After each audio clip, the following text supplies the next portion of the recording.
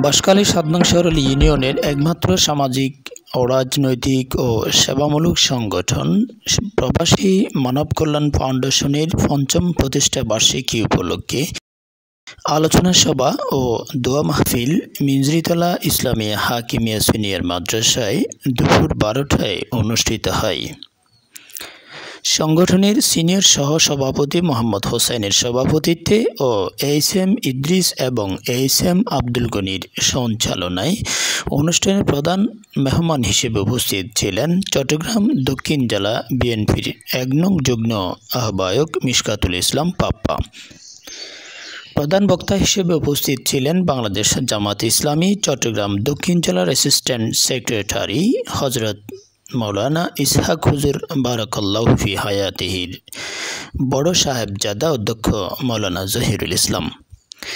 বিশেষ মেহমান হিসেবে উপস্থিত ছিলেন ৭ নং সরল ইউনিয়নের ভারপ্রাপ্ত চেয়ারম্যান রোকসানা আক্তার, অ্যাডভোকেট শওকত ওসমান, অতিরিক্ত পিপি জেলা দায়রা জজ আদালত চট্টগ্রাম, মাওলানা আহমদ কবির, সাবেক অধ্যক্ষ গন্ডামারা রহমানিয়া ফাজিল মাদ্রাসা, বিশিষ্ট রাজনীতিবিদ ও সমাজসেবক আহমদ সগীর তালুকদার, শরীফ মোহাম্মদ হারুন, সাবেক প্রতিষ্ঠাতা সদস্য অত্র সংগঠন, মিজরিতলা ইসলামিয়া হাকিমিয়া সিনিয়র মাদ্রাসার সুপার মাওলানা আবদুল্লাহ, সরকারি আলাউল কলেজের প্রভাষক মোহাম্মদ জাহিদুল ইসলাম প্রমুখ।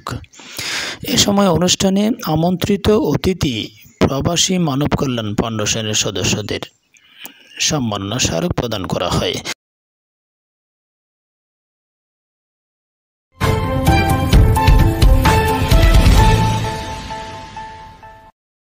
চ্যানেল বাঁশখালী সময় উপযোগী একটি অনলাইন মিডিয়া।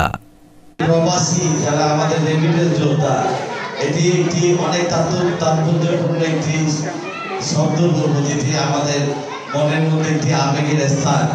যারা প্রবাসী রয়েছে, যারা এত কষ্ট করে দেশের জন্য জাতির কল্যাণে আমাদের তাদের পরিবার থেকে দূরে থেকে তারা শত কষ্ট করে আজকে আমাদের এই দেশে তারা রেমিটেন্স পাঠাচ্ছে। আমার পূর্বের কথা আমার সাহেব বলেছে, যেখানে বর্তমানে যে অর্থনৈতিক অবস্থা ৫ই আগস্টের ফলে যে আমাদের নতুন গণঅভ্যুত্থানের পরে যে অবস্থা, অর্থনৈতিক অবস্থা, এর মধ্যে আমাদের এই রেমিটেন্স যোদ্ধারা একটি তাৎপর্যপূর্ণ এবং একটি ইম্পর্টেন্ট ভূমিকা রেখেছে। তারা তাদের যে রেমিটেন্স পাঠাচ্ছে সেটি দিয়ে আমাদের আজকে বর্তমান অন্তর্বর্তীকালীন সরকার দেশ পরিচালনা করছে। তাদের অর্থের মাধ্যমে আমাদের ইকোনমিকে তারা পরিচালনা করছে। আল্লাহ পাকের দরবারে শুকর আদায় করছি। রাসূলুল্লাহ সাল্লাল্লাহু আলাইহি ওয়াসাল্লাম একটা হাদিস শরীফ পড়লাম, খায়রুকুম আনফাউহুম লিন-নাস। তোমাদের মধ্যে মানুষটি সেরা মানুষ, যিনি মানুষের উপকার করে, যিনি মানুষকে কষ্ট দেয়, তিনি কখনো ভালো মানুষ নন। তিনি gentleman, he was one who never inflicts pain, যিনি কাউকে কোনোদিন কষ্ট দিবে না। প্রবাসী কল্যাণ ফাউন্ডেশনের আজকের মঞ্চ থেকে ঘোষণা দিলাম, বাঁশখালী কোনো প্রবাসী ফ্যামিলি আজ থেকে, আগে থেকে প্রবাসী ফ্যামিলি ফ্যাসিস্ট সরকারের পর বর্তমান অন্তর্বর্তীকালীন সরকার ঘোষণা দিয়েছেন প্রবাসীদেরকে অবহেলা করা যাবে না, প্রবাসীদেরকে সেলুট দিতে হবে, প্রবাসীদেরকে সাথ রাখতে হবে। আর প্রবাসীদের ইমিগ্রেশন দ্রুততর সময়ে সম্মানের সাথে তাদের কাজ চালিয়ে যেতে হবে। বাংলাদেশকে ব্যাংক লুটেরা দেশকে ফেলেছে, বাংলাদেশ বাঁচিয়েছে একমাত্র রেমিটেন্স যোদ্ধারা, আমাদের প্রবাসী ভাইরা। আমাদের প্রবাসী ভাই, আমরা যারা যে দেশে থাকি না কেন, আমরা দেশ থেকে আমরা কিছু চাওয়া পাবার আমরা কোনো কিছু আশা করি না। আমরা প্রবাসী ভাই যেখানে কোনো সমস্যা হয়েছে সেখানে আমরা প্রবাসী ভাইয়েরা যাচাই করি। আর বিনিময়ে আমরা যখন ২ বছর পর ১ বছর পর আমরা যখন দেশে যাই, তখন আমরা যদি একটা আকর পাওয়ার চেষ্টা করি, তখন আমাদের থেকে বিভিন্ন জনকে সাদা দিতে হয়। আমাদের পরিবার পরিজনকে নিয়ে যখন আমরা কোন স্থানে যাওয়ার চেষ্টা করি, সেখানে বাধাগ্রস্ত হয়।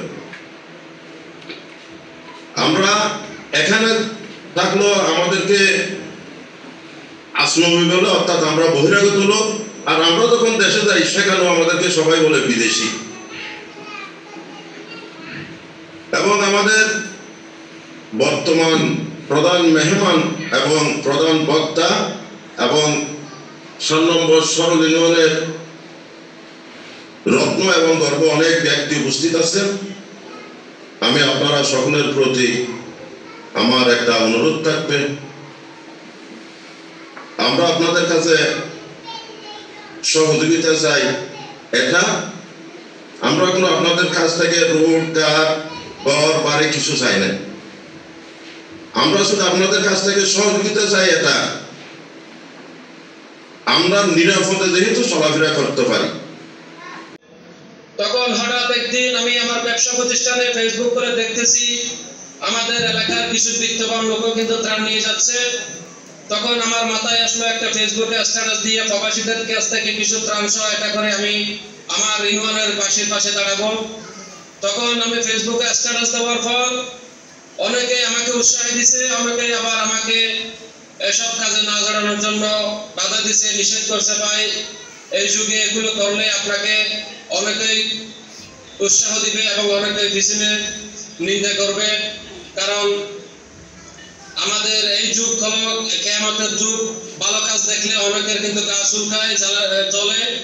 তারপরেও আমি আমার নিজের প্রচেষ্টা এবং আত্মবিশ্বাস নিয়ে সোশ্যাল মিডিয়ায় ফেসবুক দেওয়ার পর যারা কমেন্ট করেছিল তাদের নিয়ে পবিত্র মদিনা শরীফে বসে রিমিটেন্স যোদ্ধারা নিজের আত্মখুশিতে নিজের এলাকার প্রতিবেশীর প্রতি মায়া দেখাইয়ে আন্তরিকতার সহিত আমরা এই পর্যন্ত 30 লাখ টাকা মতো আমরা অনুদান নিয়ে আমাদের ইউনিয়নবাসীর পাশে দাঁড়িয়েছি।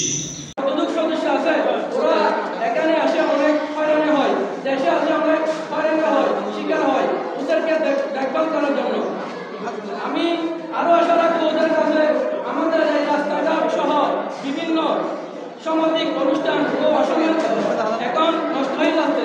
সামাজিক অনুষ্ঠানে এখন নাচ গানে এবং দোয়া জটিল আসর মাধ্যমে আমি উদারতা আহ্বান জানাবো ওদেরকে এইগুলো দেখে শুনে বন্ধ করার জন্য। এই মানব কল্যাণ ফাউন্ডেশনের বিভিন্ন পর্যায়ের প্রতিনিধিকে, বিশেষ করে এই মানব কল্যাণ ফাউন্ডেশনের সম্মানিত সভাপতি মাস্টার আব্দুল মুক্তার সাহেব, মহাসচিব ওসমান গনি এবং বিভিন্ন উপদেষ্টা, এই ফাউন্ডেশনের উপদেষ্টা মণ্ডলীর সদস্যবৃন্দ এবং সংগঠনের বিভিন্ন দায়িত্বশীল নেতৃবৃন্দকে আমি আমার তরফ থেকে আমি অত্যন্ত কৃতজ্ঞতার সাথে জানাই। এই জন্যে যে তারা প্রবাসী মানব কল্যাণ ফাউন্ডেশন নামে একটি ফাউন্ডেশন এখানে প্রতিষ্ঠা করেছে। তারা তাদের কষ্টার্জিত অর্থ দ্বারা, তাদের যে কষ্টার্জিত অর্থ দিয়ে সেই অর্থ থেকে তারা কিছু অর্থ এদেশের মানুষের কল্যাণে, সাধারণ মানুষের কল্যাণে, গরিব মানুষের কল্যাণে তারা সাহিত্য সহযোগিতার হাত বাড়িয়েছে একটি ফাউন্ডেশনকে দাঁড় করিয়ে, সেটা হচ্ছে প্রবাসী মানব কল্যাণ ফাউন্ডেশন। এই সংগঠন সরল ইউনিয়নের যে সমস্ত অসহায় পরিবারের পক্ষ থেকে অসহায়তার আওয়াজ এই সংগঠনের নেতৃবৃন্দের কাছে এসেছে, প্রত্যেকটা পরিবারের পাশে এই সংগঠন তার সাধ্যমতো দাঁড়ানোর চেষ্টা করেছে। আপনারা বুঝে নিয়ে দেখবেন, বিশেষ করে এই সংগঠন প্রতিষ্ঠা হওয়ার পর থেকে যতগুলি সরল ইউনিয়নের মধ্যে অগ্নিকাণ্ড ঘটনা ঘটেছে, প্রত্যেকটা ঘটনার অগ্নিকাণ্ড ক্ষতিগ্রস্ত পরিবারের পাশে এই প্রবাসী মানব কল্যাণ ফাউন্ডেশন দাঁড়িয়েছে। প্রবাসী ভাইয়ের জায়গা জমি নিয়ে কোনো কেউ যদি ষড়যন্ত্র করে, এর পিছনে রাষ্ট্র এবং সরকার, বিশেষ করে আগামী দিনের নেতৃত্বে যারা আসবেন তারা প্রশাসন সহ সকলের নিকট আমি একটি অনুরোধ করব, আপনারা প্রবাসী ভাইদের কাছে সর্বোচ্চ সহযোগিতা দিয়ে আপনারা দাঁড়াবেন বলে আমি আশাবাদ ব্যক্ত করি।